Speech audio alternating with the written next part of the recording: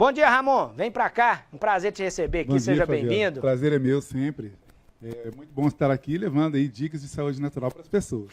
Principalmente para trazer para você dica e orientação, né? É a proposta aí da participação do Ramon. Você sempre prepara um tema, né, Ramon? Hoje não é diferente. Com certeza. Hoje a gente vai falar, na verdade, a gente vai desmistificar aí os preconceitos que os tratamentos naturais têm, sabe, Flaviano? E fazer um comparativo aí entre o tratamento convencional e a própria naturopatia, que é a minha formação acadêmica. E eu acho isso muito válido, porque muitas pessoas têm ideias, né, do que é um tratamento natural. Por exemplo, uma coisa que eu sempre ouço, acho que você também já pode ter ouvido, tratamento natural é bom, só que é demorado, né? Então, isso, na verdade, é um dogma, né? É um preconceito, e, na verdade, não é assim, né? Não tem isso que demora. Depende muito da proposta, né, do próprio tratamento. Eu sempre falo com as pessoas dessa questão de demora do tratamento. Eu comparo muito os tratamentos de enxaquecas, por exemplo, as dores de cabeça, as cefaleias, né, que as pessoas são muito acometidas. E, normalmente, quem faz um tratamento, um acompanhamento na medicina convencional, ela tem que usar durante toda uma vida ali os medicamentos para que as enxaquecas não deem crises, né? E o tratamento natural não. Muitas vezes, 3 meses, 6 meses, 1 ano de tratamento, a gente pode fazer com que a pessoa fique livre completamente das dores e nem tem que continuar tomando fórmulas. Então, eu sempre brinco, se o tratamento demora 3, 6 meses, 1 ano, ele é mais rápido do que aquilo que dura uma vida inteira de uso, né, contínuo. Então, para entender é isso. E eu falo ainda, né, que os tratamentos naturais em matéria de tempo de duração, eles têm um tempo ali, como a gente volta o organismo à normalidade, então aparentemente demora-se mais, mas é porque está fazendo com que o organismo volte a um estágio de saúde, enquanto muitas vezes os tratamentos convencionais químicos, eles só controlam os sintomas da doença. Então tem uma comparação desleal aí com as terapias naturistas, né?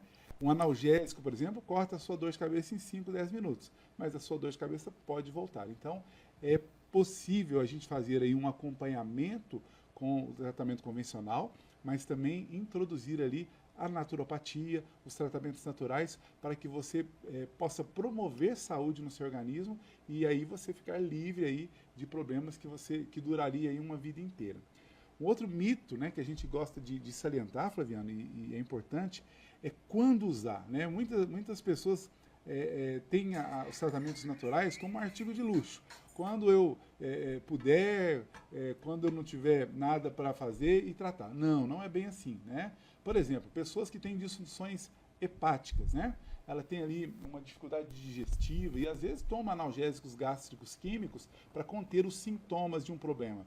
Se a pessoa entra paralelamente, né, com o tratamento natural, com a naturopatia, a gente tem condições de melhorar ali a função hepática.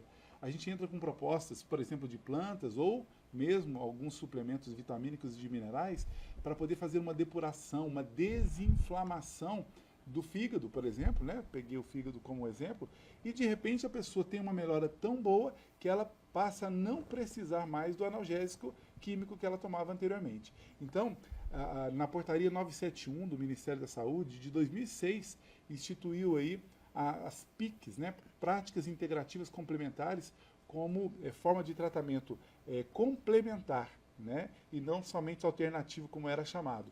E complementar faz muito jus, né? Eu acho que associar ali os tratamentos naturais ao tratamento convencional, a pessoa só ganha, né? Quantos pacientes nossos já ficaram livres de medicamentos antihipertensivos ou de diabetes ou mesmo de outros tratamentos que duram uma vida inteira por conta de melhorar a sua saúde? A gente faz formulações, né? A gente prescreve formulações para a pessoa, mas ao mesmo tempo orienta essa pessoa como ter melhores hábitos alimentares e de vida, como atividade física, para poder, de repente, ou diminuir a carga dos medicamentos, que quem faz isso é o próprio prescritor dos medicamentos da pessoa, ou mesmo ficar completamente livre disso. Então, trouxe hoje esse tema para desmistificar essa questão dos tratamentos naturais, que hoje, inclusive, até por causa da minha formação acadêmica, Fabiano, não é algo empírico, não é algo experimental. é tudo científico, né? Hoje está aí nas grandes universidades muitos profissionais da área de saúde se especializando em naturopatia, porque a gente já tem isso tudo documentado e científico para as pessoas. Você inclusive fala uma coisa que é muito interessante, né, Ramon? Quando a pessoa vai no consultório, às vezes aquele senso comum, né, passa muito por isso, né, que a pessoa vai sair ali com algumas ervas, com alguns produtos nesse sentido para poder fazer chá. A naturopatia não trabalha assim, né? Ela trabalha com a dosagem certa de determinados produtos naturais para que seja confeccionado o medicamento correto, né? Com essa propriedade, né? Excelente pergunta. Na verdade, né, eu até participo de outras mídias, né, de rádios, dando dicas, né, para o resgate cultural do uso de chás, né? Mas para a gente resgatar essa parte do paladar, do sabor, né? E claro, já leva saúde para as pessoas, já que toda planta medicinal tem também sua constituição fitoquímica, que leva também vitaminas e minerais para o organismo da pessoa que toma. Mas o tratamento naturopático, quando a gente faz uso de plantas medicinais, que é uma especialidade minha, né?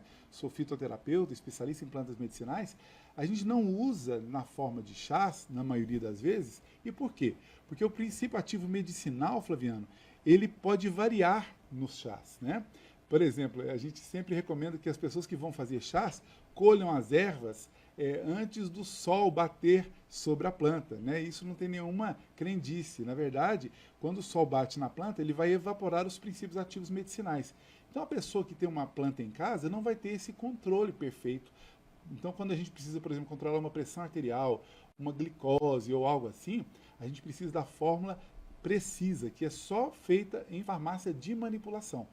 Claro que são farmácias que dispõem aí, né, das plantas medicinais, mas ora em gotas. Então, quando eu prescrevo ali X gotas para aquele paciente, ou tantas cápsulas, ali tem a quantidade precisa ali do extrato seco padronizado, muitas vezes, que a planta possui.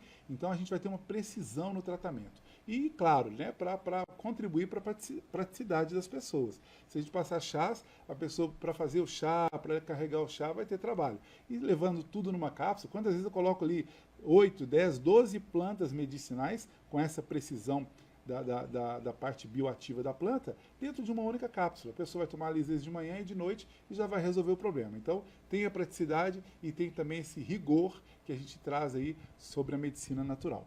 Inclusive, é importante a gente perguntar também, né, sobre como escolher o tratamento. É por isso que tudo cientificamente, né, Ramon? Você faz a consulta e aí cada tratamento é individualizado, porque cada pessoa tem aí aquela condição por um determinado fator ou uma determinada situação. É muito parecido com o que acontece, obviamente, com a medicina tradicional, né? Exatamente, né?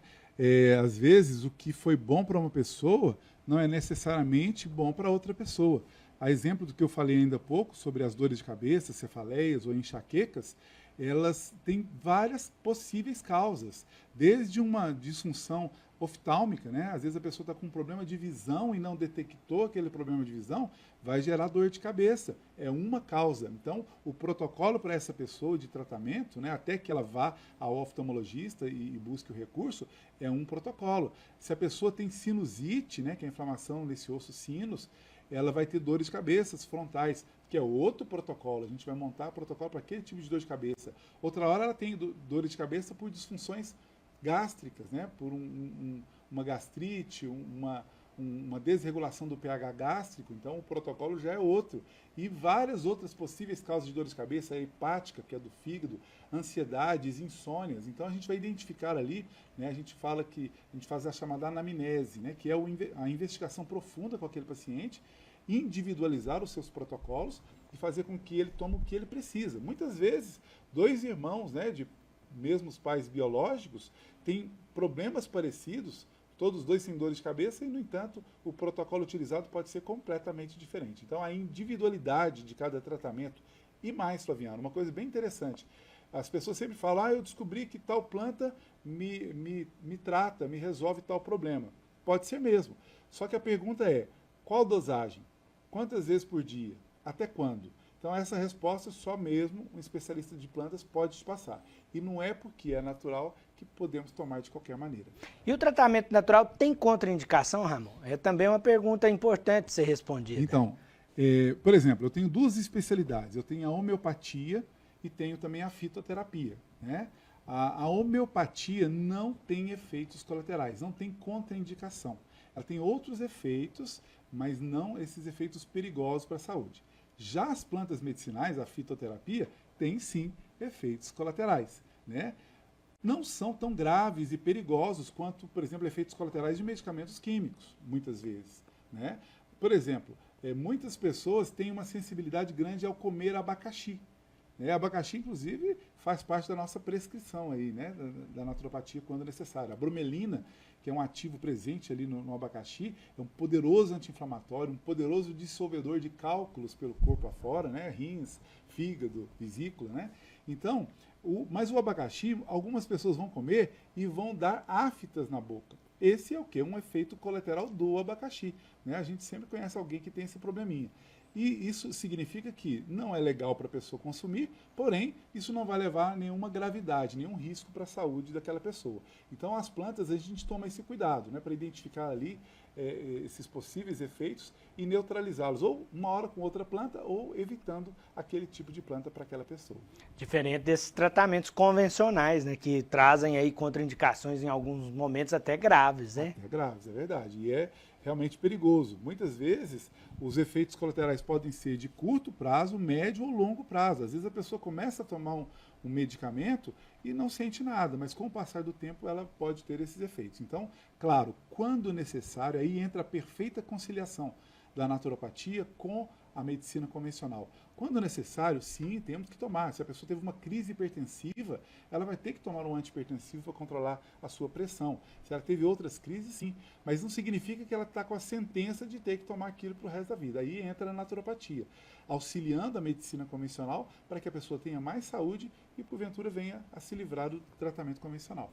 Inclusive, eu tenho a pergunta aqui da Fernanda, né? Ela quer saber o seguinte: nós estamos entrando nesse período aí de crise de doenças respiratórias, tem alguma orientação natural como prevenção para esse período, ô Ramon? Com certeza, Flaviano. Um abraço, Fernanda. Obrigado pela participação e pergunta, né? Aliás, eu até estou preparando para o próximo programa, a nossa próxima participação, dicas exatamente aí desse inverno que vem vindo. Então, primeiramente, dizer que a gente pode fazer aí o uso de própolis, né, regularmente, 1 ou 2 vezes por semana, não precisa mais que isso. A gente vai melhorar muito aí a nossa imunidade, né?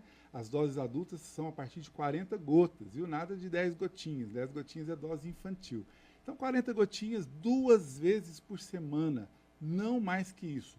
Porque se você tomar mais do que isso, própolis, o que vai acontecer? A própolis é um poderoso antibiótico. E como todo antibiótico, pode prejudicar a microbiota intestinal. Então, doses altas, né, como essa, 40 ou mais gotas, mais vezes por semana, pode prejudicar. A não ser que a pessoa esteja acometida de alguma inflamação ou infecção e seja orientada por um profissional especialista para tomar aí, pode tomar até mais vezes ao dia, mas por período curto. Além da própolis, a gente recomenda, por exemplo, quem tem muita sinusite de repetição, Flaviano, fazer as inalações, né? Claro, se a pessoa não tem nenhuma comorbidade, sobretudo do aparelho respiratório, ela pegar aí 2 cascas da cebola de cabeça, tanto faz a comum ou a roxa, coloca ali no fundo da panela com um pouquinho de água e põe para ferver. Quando estiver fervendo, desliga o fogo e aquele vaporzinho que sai da água junto com a cebola, com a casca da cebola, vai ter uma ação broncodilatadora, então vai abrir as nossas vias, tem uma ação umidificadora que vai ajudar na fluidificação das secreções que ficam presas no aparelho respiratório das vias altas e ainda tem efeito antibiótico, antiviral e antifúngico. A casca da cebola, aquela que todo mundo joga fora. Então, armazenar aí umas boas cascas de cebola para que você possa utilizar preventivamente e, claro, quando estiver acometido de algum problema desse, faça com mais frequência as inalações da casca de cebola. Então fica aí essa dica já antecipada, Fernanda, mas daqui uns dias eu vou trazer mais dicas aí da parte respiratória.